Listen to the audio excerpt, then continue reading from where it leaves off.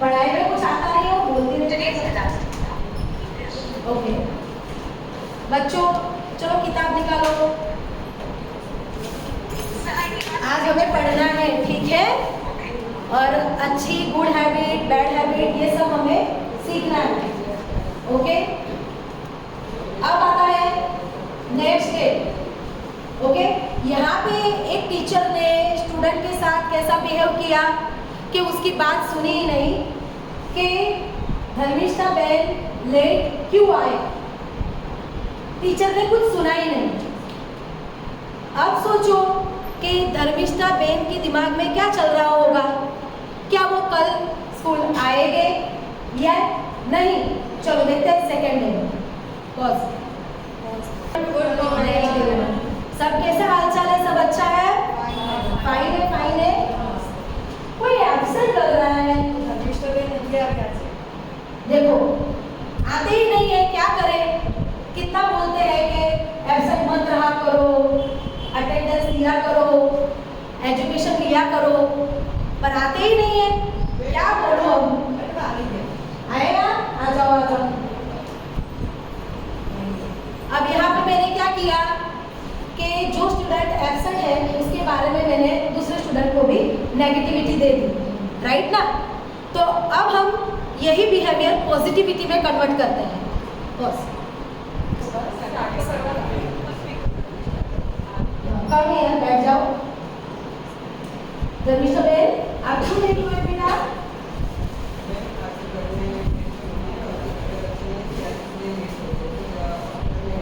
क्या हुआ मम्मी को? दवाइयाँ दी, ठीक है? अब अच्छा है? अगर आप जाना चाहते हो तो मैं आपको लीव भी दे सकती हूँ, ठीक है बेटा? ऐसा है, बहुत अच्छा है। कोई बात नहीं, मम्मी का ध्यान रखना और साथ में पढ़ाई लिखाई पे भी ध्यान रखना और जल्दी आना। ऐसे बिहेवियर होने से क्या होता है कि बच्चा एब्सेंट नहीं रहेगा, इरेगुलर नहीं रहेगा। ये बच्चे के साथ टीचर्स ने कैसा बिहेवियर किया? एक अच्छा बिहेवियर एंड पॉजिटिव बिहेवियर किया। जब आगे मैंने कैसा बिहेवियर किया?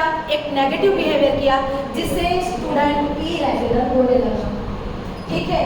तो ये बात हमें समझनी चाहिए, उसके रीज़न हमें पता होने चाहिए। जो भी इरेगुलर स्टूडेंट है उसको रेगुलर करने के लिए हमें क्या करना चाहिए, जिसके रिगार्डिंग हमें यहाँ पे टॉपिक दिख रहे हैं। फर्स्ट है identify the reason for the absent, provide the individualised support, create an engaging learning environment, set expectations, use a timetable, use a motivation strategy and teach responsibility। तो सबसे पहला आता है हमारा कि identify the reason for the absent। आखिर student क्यों absent था, किस लिए था, उसके पीछे रीज़न क्या था, ये एक टीचर को जानना ही चाहिए। जैसे कि उसके पर्सनल इश्यू हो सकते हैं, फिर उसके साथ बुलिंग हो सकता है, क्लास में दूसरे बच्चे उसको चिढ़ाते रहते हैं, तुझे ये नहीं आता है, ये नहीं आता है, चिढ़ाते रहते हैं, मारते रहते हैं, है ना? दूसरा इम्बैरेंस फील करता है स्टूडेंट, शर्मिंदगी महसूस करता है। और कभी कभी कुछ बच्चे का क्या होता है, टीचर्स के साथ अनबन हो जाती है, इस वजह से भी स्टूडेंट क्लास में एब्सेंट रहने लगते हैं। तो हमें क्या करना चाहिए? उनके रीज़न जानने चाहिए और उनका काउंसलिंग करना चाहिए। दूसरा प्रोवाइड इंडिविजुअल सपोर्ट, जो हमारे स्कूल के सारे टीचर करते हैं। अगर कोई बच्चे को दिक्कत है या अगर कोई प्रॉब्लम है तो सबके सामने उसका रीज़न मत पूछिए, उनको पर्सनली अपने स्टाफ रूम में बुलाइए, जिसमें एक स्टूडेंट एक टीचर्स के साथ अच्छी तरीके से कम्युनिकेशन कर पाए और वो रीज़न बता पाए, वो टीचर के साथ कंफर्टेबल महसूस कर पाए, तभी वो आपको बताएगा कि आखिर उसके साथ क्या हो रहा है, उसको हेल्प करिए, ठीक है? तीसरा क्रिएट एन एंजिंग लर्निंग इन्वायरमेंट। कभी कभी क्या होता है कि जो बच्चे होते हैं, जो होशियार होते हैं, उस पर ही टीचर ज़्यादा फोकस कर लेती है। जो बच्चा कभी बोलता नहीं है उसको बोलने के लिए कभी खड़ा ही नहीं करते हैं, वो लास्ट बेंच में बैठा हुआ सोता रहता है या फिर बैग में मोबाइल यूज भी कर सकता है। इसके पीछे का रीजन क्या है ये हमें जानना जरूरी है। तो जो भी स्टूडेंट हमारे क्लास में है तो सबको बोलने का मौका होना चाहिए, सबको क्वेश्चन आंसर करने चाहिए, जिससे कोई और स्टूडेंट को ऐसा ना लगे कि मैडम मुझे वैल्यू ही नहीं देते।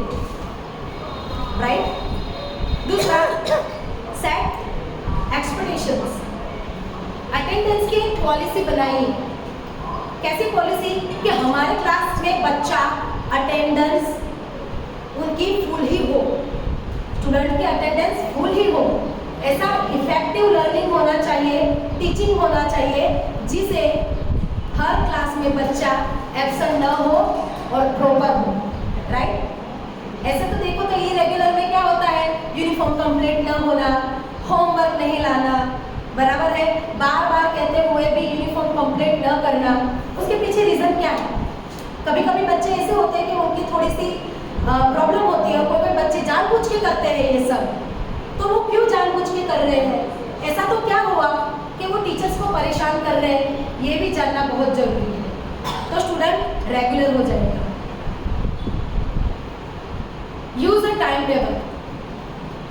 बच्चों को ऐसा टाइम टेबल प्रोवाइड करो जिसमें टीचर ने कोई भी दिया हुआ टास्क है वो अपने टाइम में पूरा भी कर पाए और बच्चे एक दूसरे के साथ इन्वॉल्व होके बातचीत भी कर सके, कम्युनिकेशन भी कर सके, थोड़ा मजाक मस्ती भी कर सके। नहीं तो ओवरलोडिंग हो जाता है, बच्चे को ये ज़्यादा पसंद नहीं है, बोरिंग हो जाते हैं। तो बोर न हो ऐसा टास्क दीजिए और साथ में उनको कम्युनिकेशन के लिए टाइम भी दीजिए। तो ऐसा टाइम टेबल होना चाहिए। Use the motivation strategy. इसमें क्या होता है कि जैसे कि 11 English medium, 11 Gujarati medium, 12 English medium, 12 Gujarati medium, science and commerce, ये हमारे सब क्लास है, जिसमें ऐसी स्ट्रेटजी होनी चाहिए कि हर एक क्लास को एक फ्लैग देना चाहिए, डिफरेंट टाइप का, कलर अलग अलग होना चाहिए। राइट। और जिसमें जिस क्लास की अटेंडेंस सबसे बेस्ट हो और सबसे ज़्यादा हो वो गर्व के साथ अपने क्लास का झंडा लहरा सकता है। तो एक पॉजिटिविटी इंक्रीज हो गई कि भाई हमारे क्लास की अटेंडेंस फुल है तो हम तो हमारा झंडा लहराएंगे। अब क्या करेंगे, सब क्लास एक दूसरे में कंपटीशन करेंगे कि इस बार तो हम ही झंडा लहराएंगे, चाहे जो भी हो जाए। तो स्टूडेंट को कंपटीशन करवाओ एक दूसरे के साथ, रिजल्ट में भी, वैल्यू में भी। ओके। Teach responsibility. कुछ बच्चों को क्या होता है, हाई फाई पेरेंट्स होते हैं, सब कुछ मिलता है, धन गाड़ी दौलत, क्या नहीं है मेरे पास, मेरे पास सब कुछ है मैडम, अब मुझे क्या पढ़ के क्या मिलेगा। तो स्टूडेंट को ऐसा समझाओ कि पढ़ने से क्या बेनिफिट होता है और नहीं पढ़ने से क्या बेनिफिट होता है। यही नहीं समझेंगे तो बच्चे कैसे पढ़ेंगे, राइट ना। यही हम नहीं समझेंगे तो बच्चे कैसे पढ़ेंगे। तो इसके लिए हमें क्या करना चाहिए, स्टोरी रखनी चाहिए। जैसे कि कैसे स्टोरी कि एक दूध वाला रोज दूध बेचने आता है, उनकी इनकम बहुत ज्यादा है, बराबर, लगभग 50 घर में वो दूध बेचता है। ओके। और दूसरी तरफ है पुलिस वाला, राइट। ओके। तो अब मुझे बताइए कि एक तरफ पर्सनालिटी है पुलिस वाले की और एक तरफ पर्सनालिटी है दूध वाले की। दूध वाले को हम क्या बोलेंगे, नाम से बुलाइए, ए मन्नू वाला चलो जल्दी दूध बेच। इतने दिन कहाँ पे रह गया था, सही से टाइम पे तो आता नहीं है, राइट। हम ऐसा बिहेवियर करेंगे। और अब इसके साथ एक पुलिस वाले हैं, हम आइए से बैठिए, क्या लेंगे, चाय नाश्ता पानी, क्या लेंगे, कॉफी लेंगे, प्लीज ले लीजिए, 2 मिनट में तैयार है, राइट। तो इसमें क्या हुआ देखो, एजुकेशन लेने के बाद और एजुकेशन नहीं लेने के बाद दोनों में क्या डिफरेंस हमें दिखा। इज्जत किसको मिली जाती है, पुलिस वाले को, हालांकि दूध वाले की इनकम पुलिस वाले से ज्यादा है। तब भी इज्जत किसको मिली? पुलिस वाले की। क्यों? एजुकेशन लिया है उसने। तो एजुकेशन बहुत ही मैटर करता है हमारी लाइफ में। तो ये एग्जांपल दीजिए आप, ठीक है? ये तो मैंने ऐसे ही स्टोरी बताई, आप कुछ भी बता सकते हो कि एजुकेशन क्यों चाहिए। फिर क्या होता है कि मैंने बहुत सारे स्टूडेंट का काउंसलिंग किया, ऐसे नहीं पर्सनली, हमारे स्कूल के दूसरे बच्चे का भी काउंसलिंग किया और उनको पता ही नहीं कि मैडम ने काउंसलिंग करनी। ओके, तो काउंसलिंग में जो जो टॉपिक मुझे मिले कि क्या क्या प्रॉब्लम हो सकती है इरेगुलर होने की, तो सबसे पहले आता है पर्सनल इश्यूज, फैमिली प्रॉब्लम, बच्चा डिप्रेशन में चला गया या फिर हेल्थ प्रॉब्लम है। दूसरा टाइम मैनेजमेंट, कभी कभी होता है कि टीचर के साथ स्टूडेंट टाइम मैनेजमेंट नहीं कर पाता, राइट, जिससे बच्चा तकलीफ में हो जाता है पर वो बताता ही नहीं टीचर को कि क्या प्रॉब्लम है मेरे। दूसरा काउंसलिंग है करिकुलम, मतलब कि हम जो पढ़ा रहे हैं वो जो सब्जेक्ट है और उसका सिलेबस इतना हाई है कि बच्चे के दिमाग में उतर ही नहीं रहा है, ये बच्चों को दिक्कत हो रही है, बराबर है। फिर टीचर रिलेशनशिप, टीचर्स स्टूडेंट के साथ फ्रेंडली बिहेव नहीं करते, कोऑपरेटिव नहीं करते हैं, चुपचाप बैठ जा, एटीट्यूड दिखाते हैं, तुझे तो कुछ नहीं आएगा, तू तो कुछ नहीं कर सकेगा, दुनिया में तू बेकार ही रह जाएगा। अरे किसके बदले ये हो तुम? अरे बेटा आप सब कुछ कर सकते हो, मैं हूं ना आपके साथ, क्या प्रॉब्लम है, क्या दिक्कत है, मैं आपको ऊपर तक ले जाऊंगी। ठीक है, अब ऐसा जरूरी है कि हर कोई रैंकर ही आगे बढ़ सकता है, बराबर है, हर कोई रैंकर आगे बढ़ता है ये तो जरूरी है, पर ऐसा नहीं है कि जो रैंकर स्टूडेंट नहीं है तो दुनिया में कुछ नहीं कर सकता भाई, सब कुछ कर सकता है। अगर एक पेपर बेचने वाला बिजनेसमैन हो सकता है, हाँ, तो एक चाय बेचने वाला पीएम बन सकता है, तो हमारे स्टूडेंट भी ऐसा कर सकते हैं, because every child is special, right. दूसरा, इंस्टीट्यूट के हिसाब से कोई प्रॉब्लम हो गई हो, कोई पुअर एक्सपीरियंस हो, उसके रिगार्डिंग भी फिर अदर फैक्टर्स है, जैसे कि बच्चों को सबके सब्जेक्ट के साथ मैच नहीं हो रहे हैं, या फिर उनका एज का प्रॉब्लम है, राइट, या फिर वो अच्छे से बोल नहीं पाते हैं या किसी के साथ इन्वॉल्व नहीं कर पाते हैं, तो ये भी एक रीज़न है, बराबर है, क्योंकि उनका ग्रुप होता है तो कोई ग्रुप दूसरे स्कूल में एडमिशन ले लिया और वो अकेला हो गया और दूसरे स्कूल में एडमिशन ले लिया, तो अभी ये भी रीज़न हो सकता है।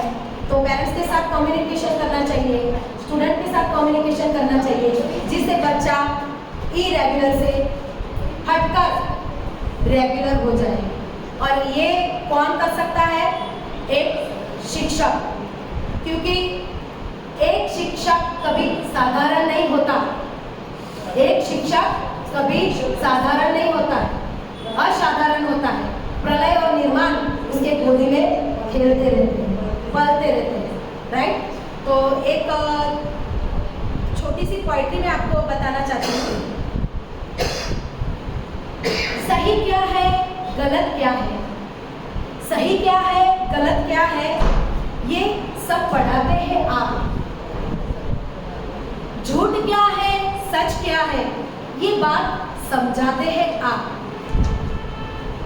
जब झूठता नहीं कुछ भी राहों को तो सरल बनाते हैं आप। और वी आर टीचर्स, तो हमें ऐसा ही कुछ करना चाहिए जिससे स्टूडेंट सही और गलत दोनों का मतलब समझ सके, क्योंकि आज के जनरेशन में ये बहुत ही जरूरी है।